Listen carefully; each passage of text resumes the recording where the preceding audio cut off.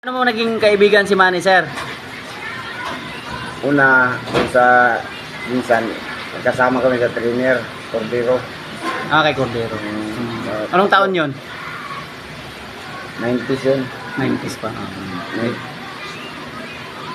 So, kaibigan nyo na rin si Nevarete noon? Hindi. Hindi mo siya close? Si... Yung naging pinalaban niya akong Navarrete sa ano. Nagkaroon kayo ng ano? Sa- Sparring? Sparring lang? Pinalaban ako sa ano. Doon sa Takurong. Ah, naglaban kayo? O, pinalaban ako niyan.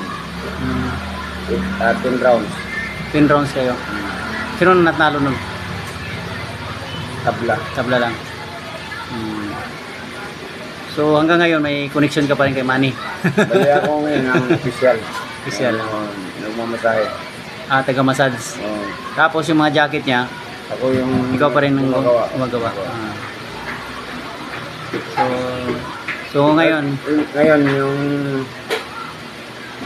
nagbibita ko ang jacket, yung unang laban niya sa Mindoro. Siya lang isa noon, pumunta. Nanguha sa trainer doon.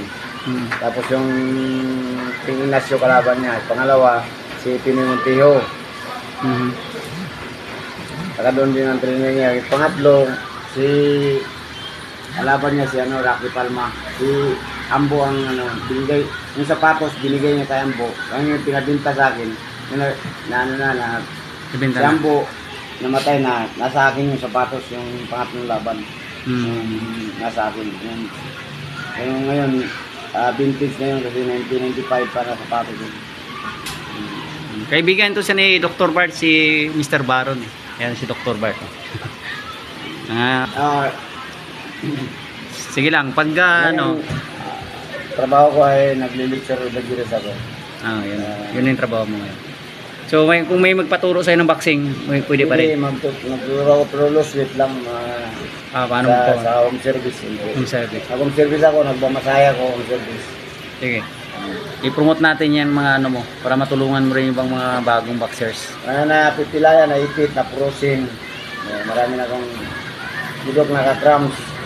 Marami na akong experience. Pwede pang gamitin ko yung picture mo doon na i-plus ko doon yung paghilot mo kay Manny, ha? Pwede. Sige. Salamat.